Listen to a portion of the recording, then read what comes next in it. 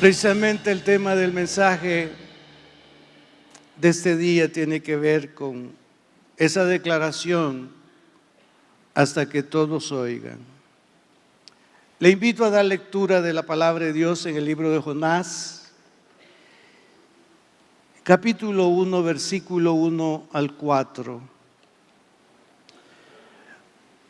Así dice la palabra de Dios: vino palabra de Jehová a Jonás, hijo de Amitai, diciendo: levántate y ve a Nínive, aquella gran ciudad, y pregona contra ella, porque ha subido su maldad delante de mí. Y Jonás se levantó para huir de la presencia de Jehová a Tarsis, y descendió a Jope, y halló una nave que partía para Tarsis, y pagando su pasaje, entró en ella para irse con ellos a Tarsis, lejos de la presencia de Jehová. Pero Jehová hizo levantar un gran viento en el mar, y hubo en el mar una tempestad tan grande que se pensó que se partiría la nave. Dije en la oración que 31 años el templo cristiano ha hecho misiones. Mi relato en breve no es para exaltación propia, sino como un testimonio de un inicio y de una evolución. 1981 comenzamos a celebrar semanas misioneras, después convenciones misioneras, hoy nosotros llamándole cumbre misionera. La iglesia tenía una familia misionera en Corozal, Belice. Era un esfuerzo exclusivo de la iglesia, hablo del centro evangelístico. Yo recuerdo cuando presentaron en la conferencia al joven y a su esposa que iban para Belice, particularmente a la ciudad de Corozal. Las asambleas de Dios ese día se regocijó, pero no entendíamos qué ocurría. Y apreciados hermanos, tuve la dicha entonces de llegar a esa iglesia junto con mi familia, de donde salió la primera pareja. Recuerdo que aún la iglesia no podía entender lo magnífico en lo que ya se habían involucrado. Ciertamente estaban desarrollando un programa extraordinario hacia adentro, es decir, en el país, denominado filiales, un esfuerzo de filiales. Y yo llegué a esa iglesia precisamente para ser el coordinador de esas iglesias y proyectar nuevas iglesias filiales. Recuerdo escuchar al administrador decir: no funciona el sobre rosado. Ese sobre rosado no tenía ni nombre ni apellido. Era un sobre rosado. Y ese sobre lo daban adicional para que los hermanos, la iglesia, pudiera aportar una ofrenda para los esposos parada que estaban en Belice. Pero no funcionaba el sobre rosado. Y sin pedírmelo, pero yo sentí del Señor hacer la propuesta al pastor de hacer una semana misionera. Y de manera empírica, sin mayores datos, conocimiento para ello, lo impulsamos, el pastor estuvo de acuerdo.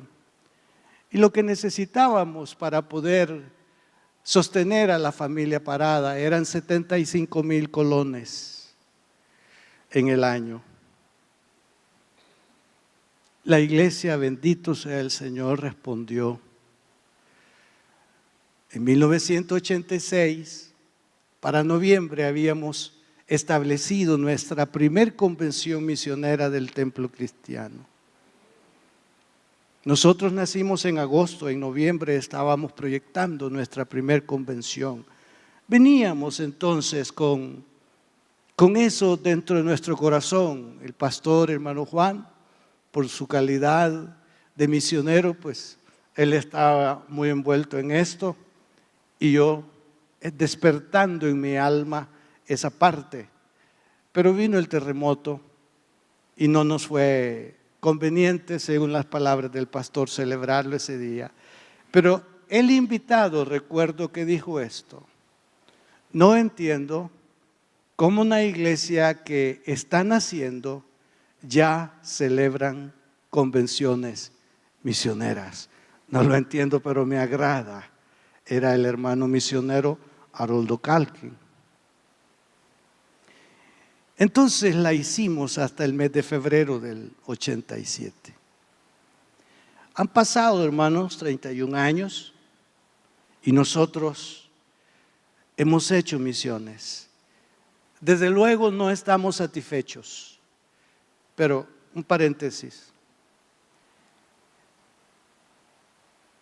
Tanto fue de Dios lo que iniciamos como convención misionera en la iglesia, y pasamos no menos de 5 años el centro evangelístico, el templo cristiano y el liceo cristiano patrocinando a los misioneros.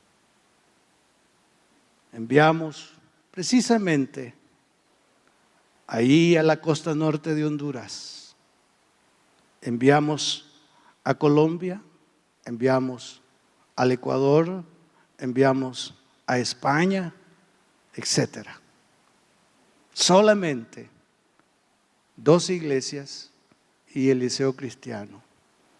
Ahora, para que usted y yo celebremos, son tantas iglesias nuestras que celebran convenciones misioneras, que están involucrados en el proyecto, en el programa misionero. No voy a decir que toda la denominación está envuelta en ello.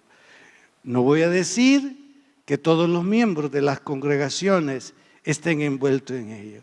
Pero lo importante del caso ya es que la gran mayoría de nuestros pastores estamos frente a las congregaciones, haciendo la concientización, haciendo el llamado, que no es un llamado denominacional, no es un llamado de iglesia local, es el gran llamado del Señor, que no quiere que nadie se pierda, pero que todos procedan al arrepentimiento.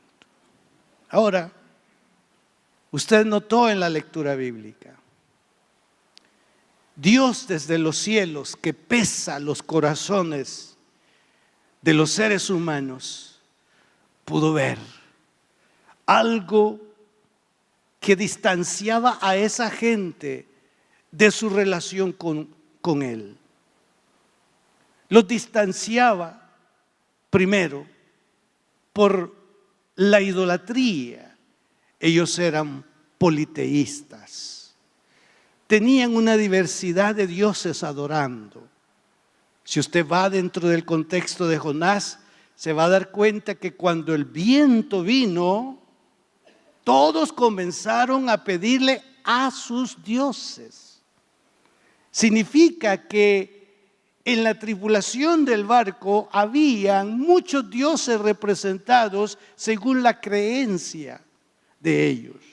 Esta es una de las cosas que riñen con Dios. La idolatría es pecado.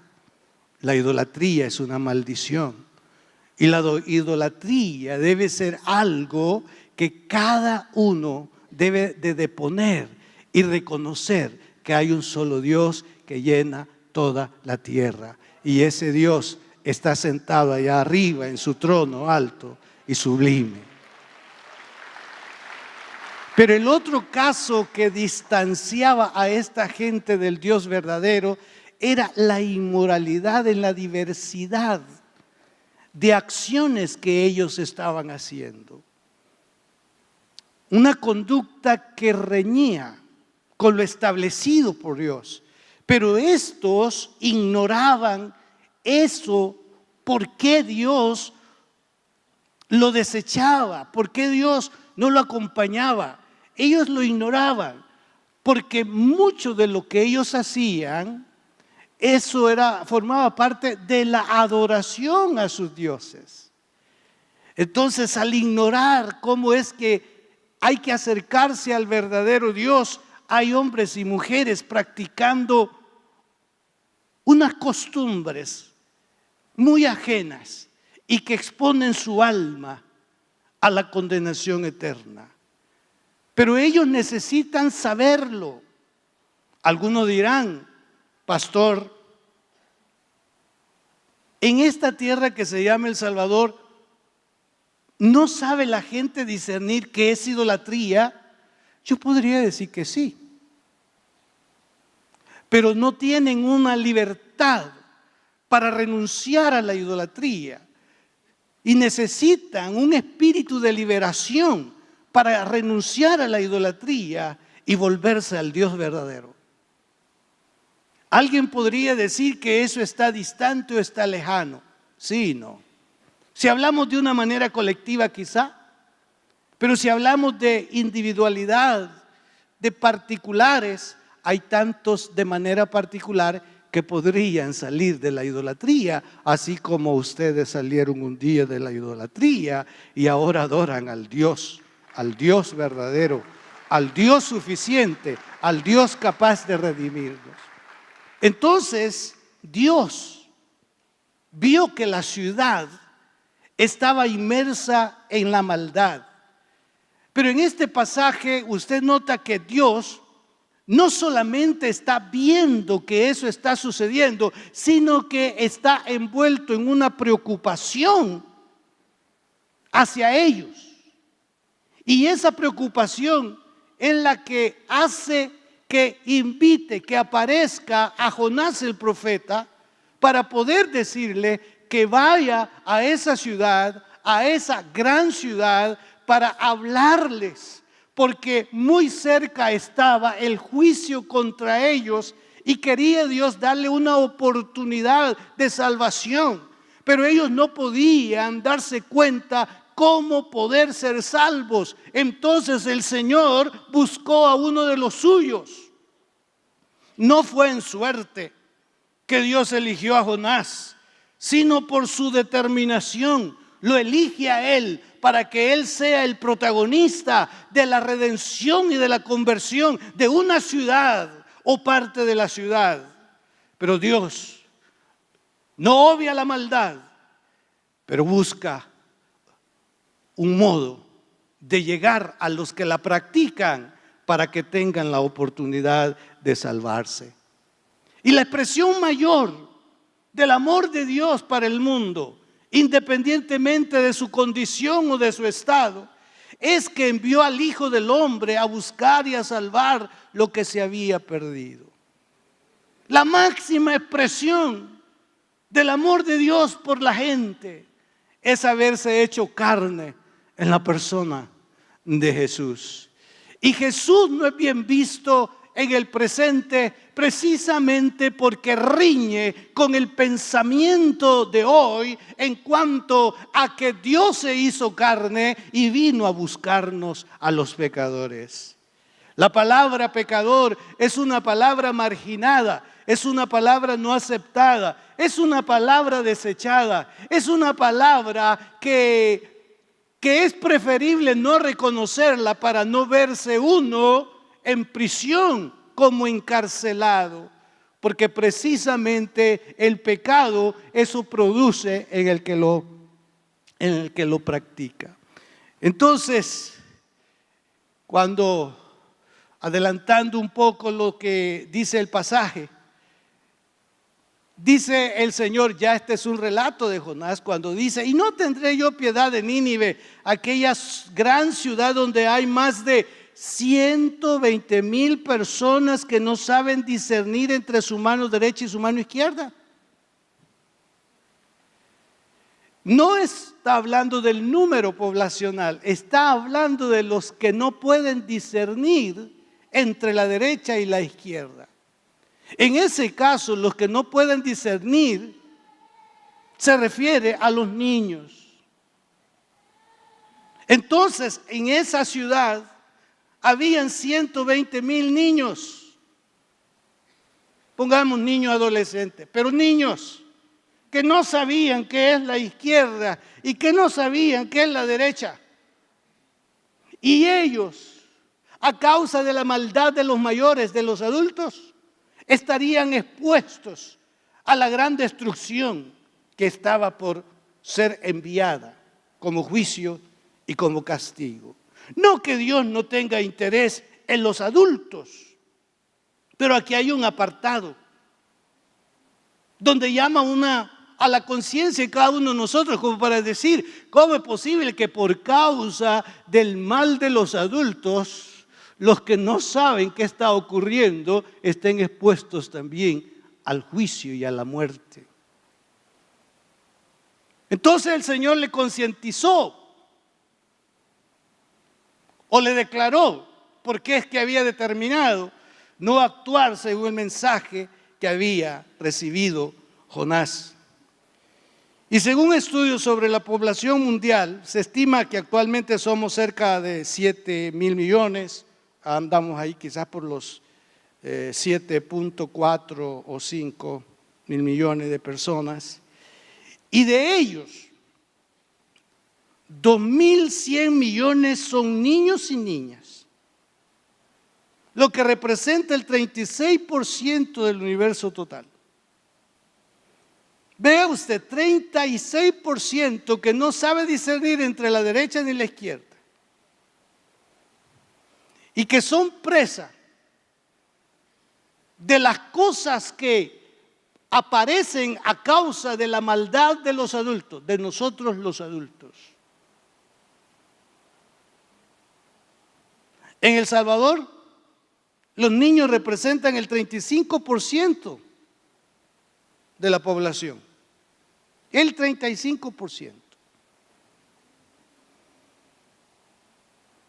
Ya no somos la nación pujante demográficamente. Teníamos fama de que El Salvador éramos como los conejos. Pero ahora ya El Salvador no tiene esa fama. Y según algunos estudios, El Salvador en su población se está envejeciendo. Y peor, los que están muriendo a causa de lo que está ocurriendo, en su mayoría son jóvenes. Se dice que va a haber un resurgimiento demográfico allá por el 2030. Y en este momento, así es la realidad. Entonces, un 36%, ¿cuál es el pensamiento del Señor hacia ese 36%? O 35% de esa población joven. ¿Cuál sería el pensamiento del Señor en relación a Nínive? Era tener misericordia de ellos. ¿Será igual para nosotros hoy? Creo que sí, ¿verdad? Dígame si usted cree que sí. Que el pensamiento de Dios para ese sector de la población es un pensamiento de bien. Pero ellos están supeditados al pensamiento de los mayores, de los adultos. Ellos están supeditados a los programas educativos establecidos por el sistema. Ellos están supeditados a las decisiones de los adultos. Y hay decisiones que riñen en la parte espiritual de los adultos para con ellos. Pero eso para muchos no nos ha amanecido, como dice. Alguien dice así: no por nacer debajo de las bancas de la iglesia se es cristiano. Porque así fuera, si a una mujer le tocó dar a luz en una pizzería, su hijo sería una pizza.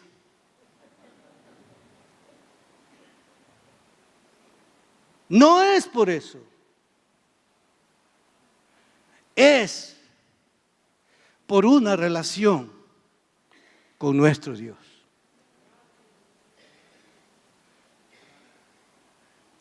Muchos cristianos no hemos entendido el valor de tener a nuestros hijos encausados y comprometidos en lo que respecta al Señor. Hay padres que amonestan a sus hijos y dicen: ¿ya vas para la iglesia otra vez? Alégrese si su hijo le dice: voy para la iglesia. Alégrese si él le dice: voy para la iglesia. Sí tiene tareas. Sí hay algo que usted le ha impuesto como deber a realizar en la casa. Y está bien. Usted tiene que orientarle sobre esas cosas. Pero nunca poniéndolos por encima de estos valores, que esos son eternos.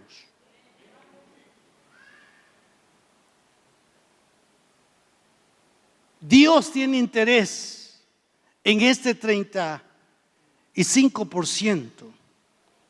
Ahora, ¿cuál es nuestro rol hacia esos?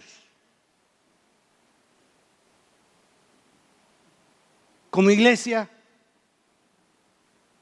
les desafío y les pido apoyo para atender a ese sector dentro y fuera. Si usted no tiene hijos, por X, Y, Z, vea en la niñez y en la juventud nuestra como que fueran hijos de usted, y que pueda usted interesarse e invertir para que ellos lleguen a saber discernir entre la derecha y la izquierda.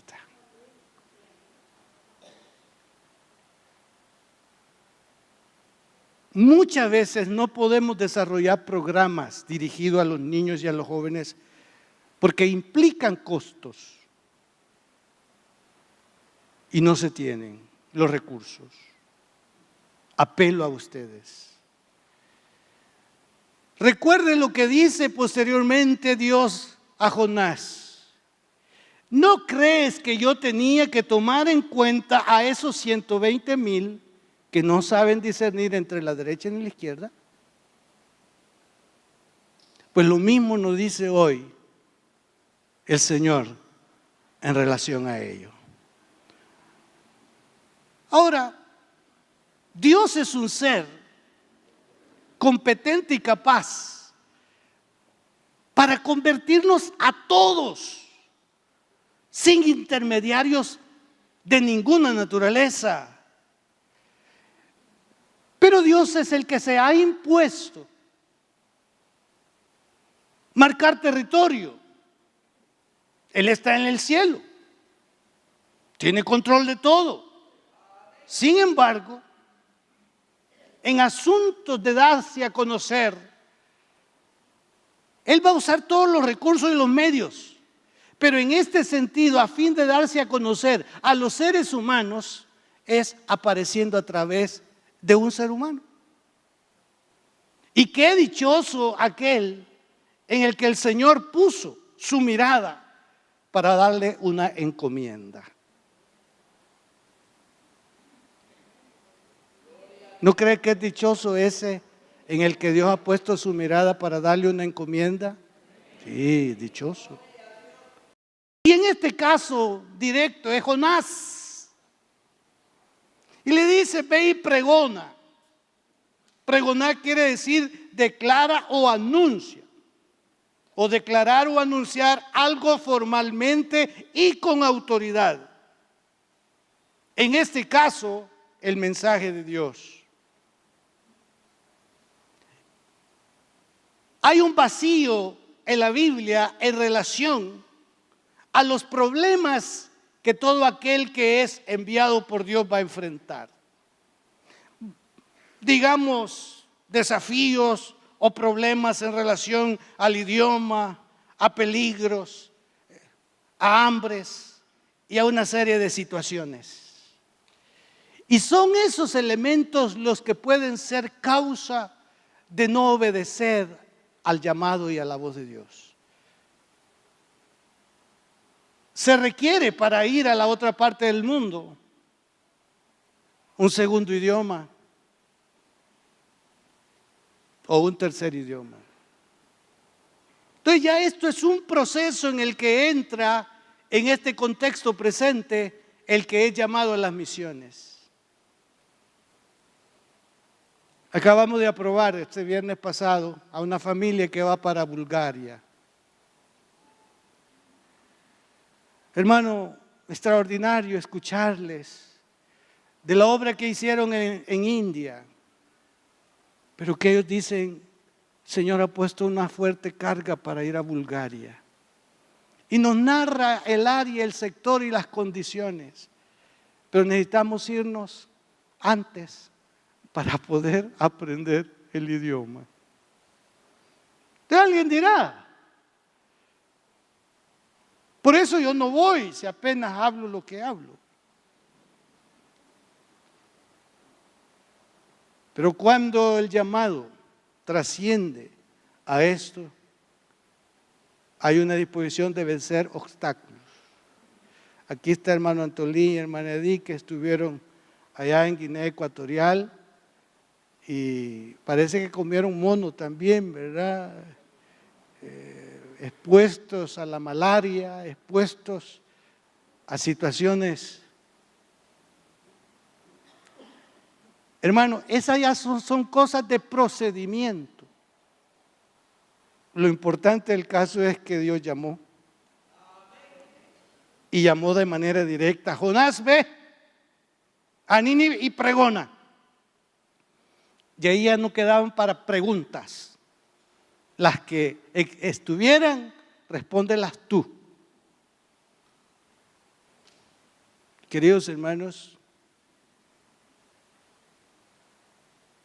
este hombre tuvo la dicha de salir de la frontera.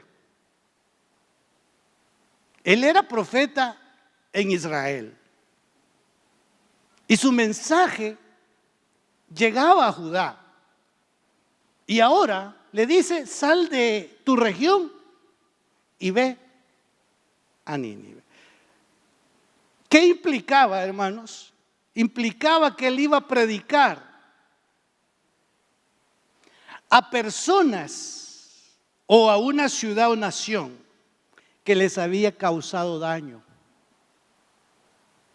Ese era un elemento negativo para él. ¿Cómo yo voy a irles a predicar a esto si nos han hecho tanto daño? No puedo hacerlo. Y este es un problema que hay, ¿verdad? El otro elemento es que para ellos Dios era un Dios exclusivo. Aquellos tienen sus dioses y nosotros tenemos a nuestro Dios, y nuestro Dios no puede ser compartido con otros. Más adelante entendió y lo escribió en su libro, que el Señor es Señor de toda la tierra. Pero en ese momento, su patriotismo, su nacionalismo, ¿y qué más surge? Y se tornaría en oposición para hacerlo. Entonces, ¿qué hizo? Huyó de la presencia de Dios.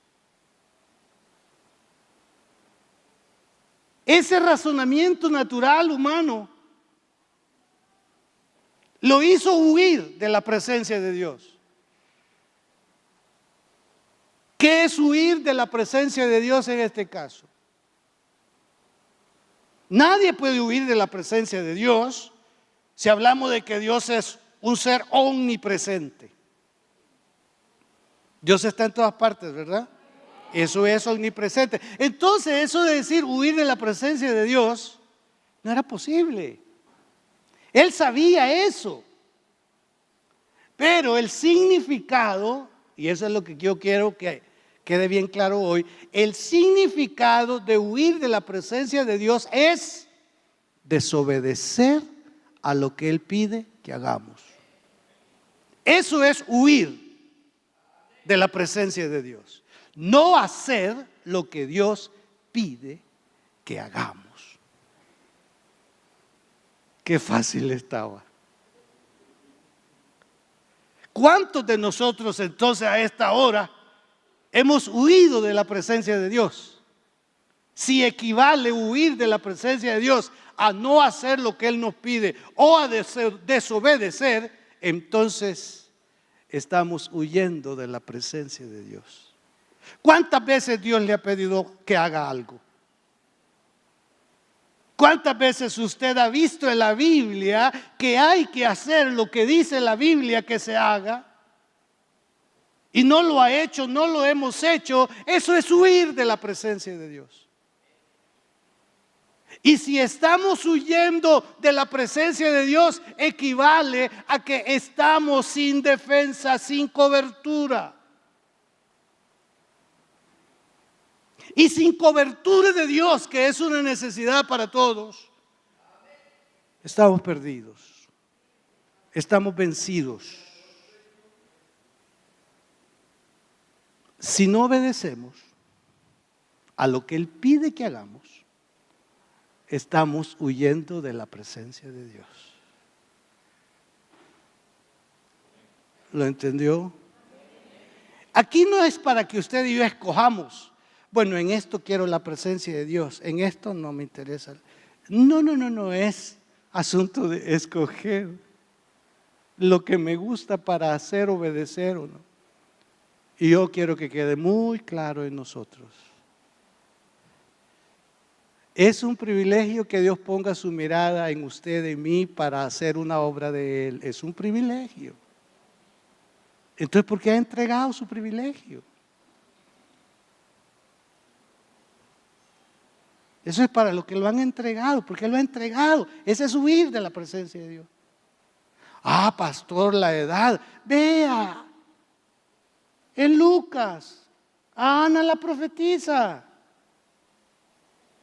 una anciana, sirviendo a Dios. Ahora, si usted no quiere llegar a los 80, siéntese pues. O permanezca sentado. Huir de la presencia de Dios es no hacer lo que Él no ha pedido. Reitero, es un privilegio que Él ponga su mirada en usted como miembro del cuerpo de Cristo para hacer su obra. Festejemos a los que hacen la obra de Dios y lloremos por los que no la están haciendo.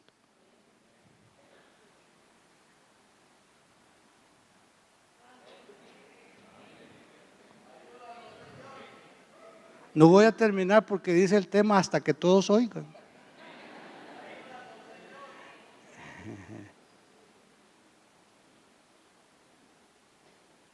Entonces es una bendición que ponga su mirada en nosotros. Y cuando estemos listos para hacerlo, Él se va a encargar de lo demás. No pongamos a la invitación de Dios las cosas que vemos como impedimentos a esta hora. Él tiene control de todo. Él va por delante. Porque hay 120,000 que no saben discernir sobre el bien y el mal. Usted y yo somos hoy los llamados a actuar. Hagámoslo juntos.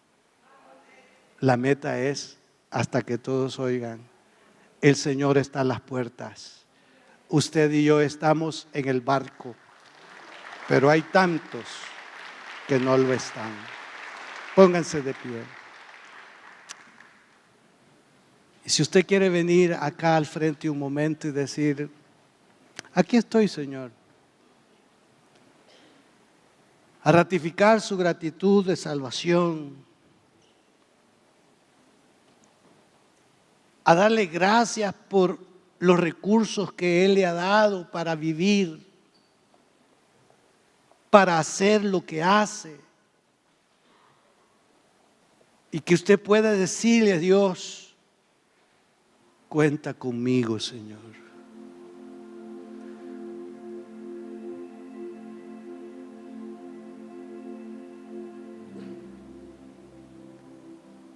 Sí les diré, puede insistir Dios en la misma persona. Él lo puede hacer, pero también puede desistir y privarnos de ese privilegio y otorgárselo a otro. El anhelo de mi corazón es que todos ustedes formen parte de ese proyecto de Dios y todos sean usados por igual. Dios, gracias. Gracias por la salvación que nos has dado. Gracias por el perdón de nuestros pecados. Gracias por los que nos dijeron que estábamos sin Dios y sin esperanza. Gracias. Nos dimos cuenta y fuimos convencidos por el Espíritu Santo. Gracias. Ahora también gracias porque en el desarrollo de la vida tú has permitido tantas cosas buenas que nos has dado, que has puesto a nuestra disposición.